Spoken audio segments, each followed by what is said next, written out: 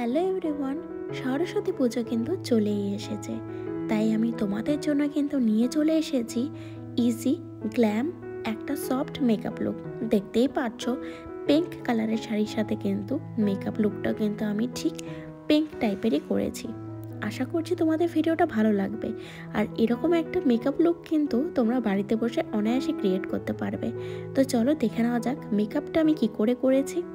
সবার প্রথমে মেকআপের রুলস হলো তোমার স্কিনটাকে ভালো করে প্রেপ করে নিতে হবে।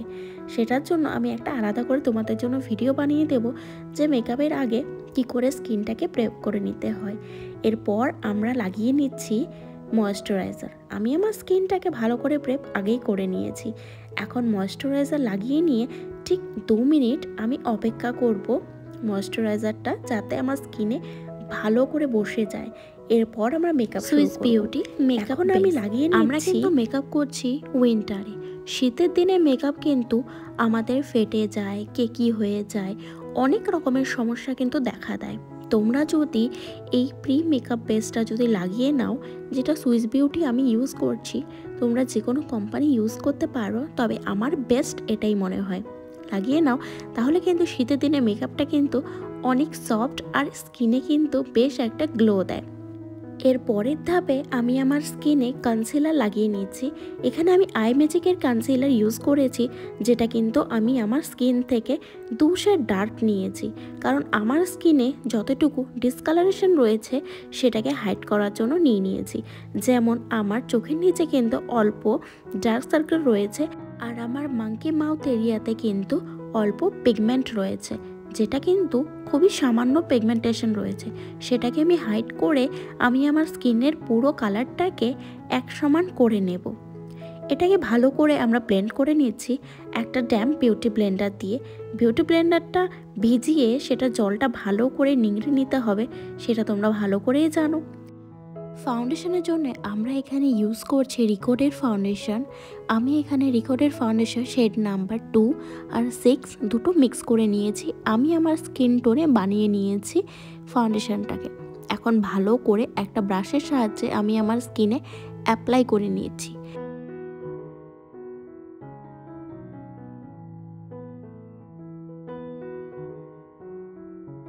আমি প্রথমে আমার মুখের একটা পাশে ভালো করে ফাউন্ডেশন লাগিয়ে নিয়ে তারপর সেটাকে একটা ড্যাম্প বিউটি ব্লেন্ডারের মাধ্যমে ব্লেন্ড করে নিচ্ছি। রিকোডের ফাউন্ডেশন ভীষণ থিক, তো সেই জন্যে আমি ফেসের এক একটা পাশে ইউজ করে তারপর সেটাকে প্রথমে ব্লেন্ড করে নিচ্ছি। নইলে সারা মুখে যদি একবারে লাগিয়ে নিয়ে আমি ব্লেন্ড করতে যাই, সেক্ষেত্রে কিন্তু ড্রাই হয়ে যেতে পারে, যেহেতু উইন্টার আর রিকোডের ফাউন্ডেশন অনেকটাই থিক রয়েছে। কান আর গলা এগুলো কিন্তু ছাড়লে একদমই চলবে না, যেহেতু এগুলো আমাদের ফেসেরই একটা পার্ট। আমাদের ফেসের সাথে কান আর গলা যদি ডিসকালার দেখায় খুবই কিন্তু অড লাগবে। এখানে আমি আই ম্যাজিকের আরও একটা কনসিলার ইউজ করছি, আর যেটা কিন্তু রয়েছে আমার স্কিন টোন থেকে কিন্তু 2 শেড লাইটার।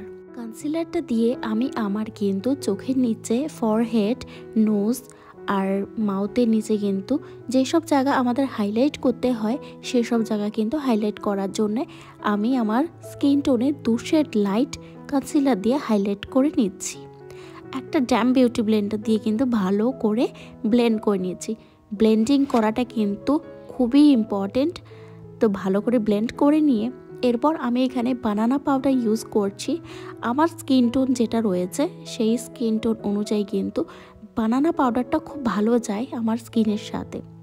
সেই জন্য এখানে আমি মেকআপটা সেট করার জন্যে একটা সুইস বিউটিরই বানানা পাউডার ইউজ করে নিচ্ছি।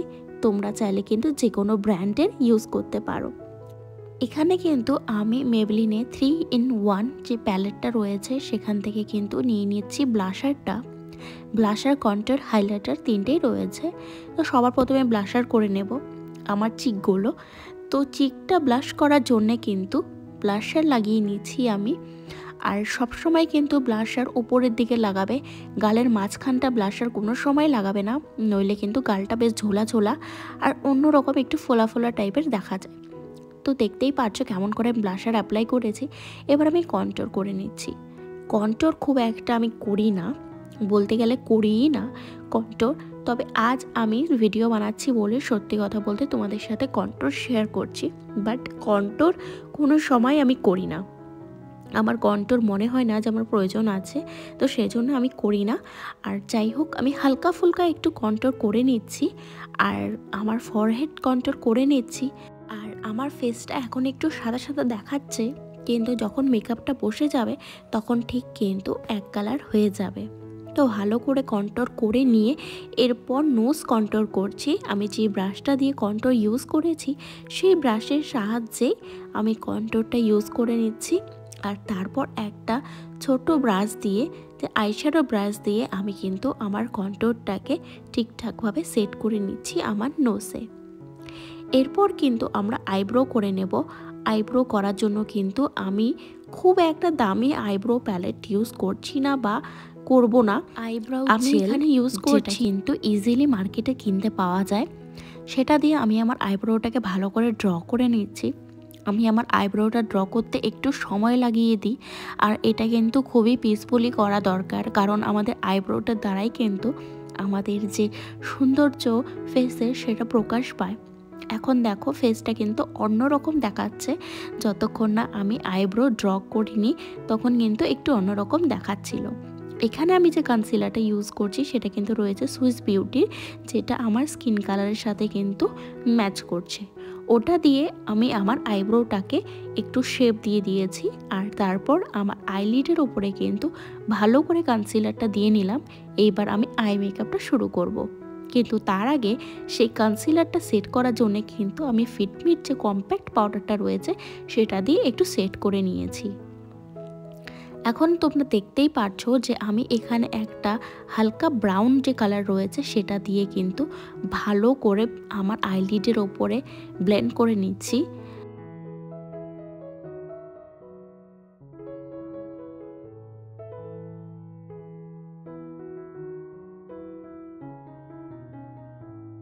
আমি আই মেকআপের জন্য যে আইশ্যাডো প্যালেটটা ইউজ করছি সেটা হচ্ছে কার্নিভাল। তোমরা সবাই জানো কার্নিভাল কতটা পিগমেন্ট একটা আইশ্যাডো প্যালেট।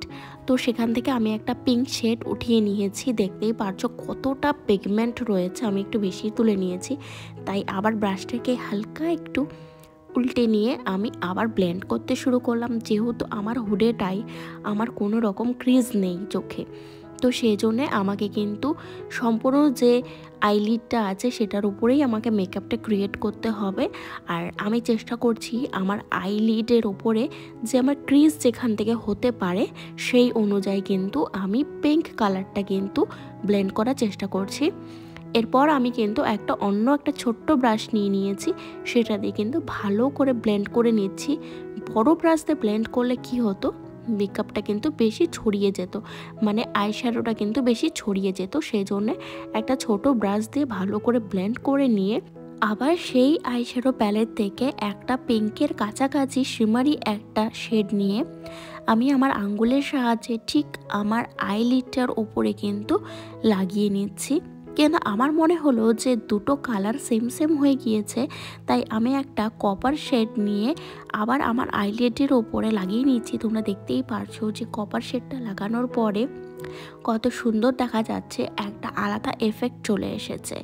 আমার কিন্তু আই মেকআপটা ভীষণ ভালো লাগছে, একটা পিঙ্ক টাইপের মেকআপ। তো চলো সেকেন্ড আমি আমার একটা হোয়াইট কালার নিয়ে সে সামনের দিকে একটু হালকা করে লাগিয়ে নিচ্ছি।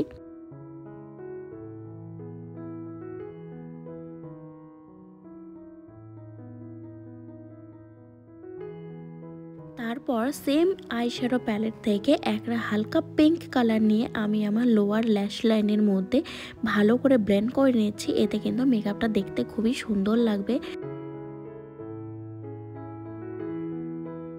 সেম আইশ্যাডো প্যালেট থেকে আমি ব্ল্যাক কালার তুলে নিচ্ছি, আর এখানে আমি আমার ওয়াটার ল্যাশ লাইনের ওপরে ভালো করে ড্র করে নিচ্ছি।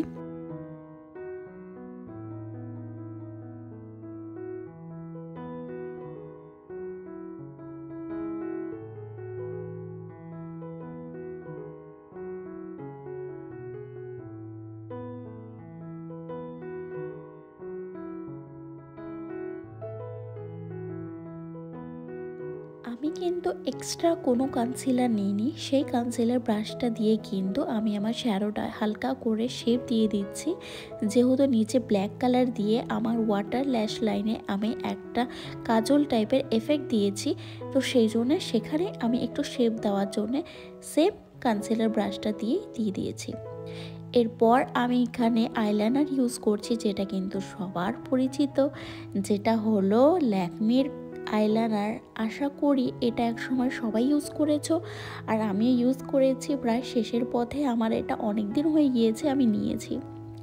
এখন আমি এখানে লাগিয়ে নিচ্ছি আমার আইল্যাশ লাগালে পরে আমার মনে হয় যে মেকআপের গেমটাই যেন চেঞ্জ হয়ে যায়। আর আমার কিছুদিন যাবত চোখে আইলেন্স লাগানোর পরে আমার চোখে একটুখানি সেন্সিটিভ হয়ে গিয়েছে, আমার চোখে জল পড়ছে, তাই আমি আপাতত এখন কোনো রকম লেন্স ইউজ করছি না। আমি ফেস হাইলাইটারের জন্য এখানে ইউজ করছি মেবলিনে 3-in-1 প্যালেট থেকে যে হাইলাইটারটা ছিল সেই হাইলাইটারটাই ইউজ করছি। মাস্কারা এখানে আমি ইউজ করছি মামা আর্থের মাস্কারা। মামা আর্থের মাস্কারাটা আমার সত্যি কথা বলতে তেমন একটা ভালো লাগেনি, কারণ ততটা ভলিউম দেয় না।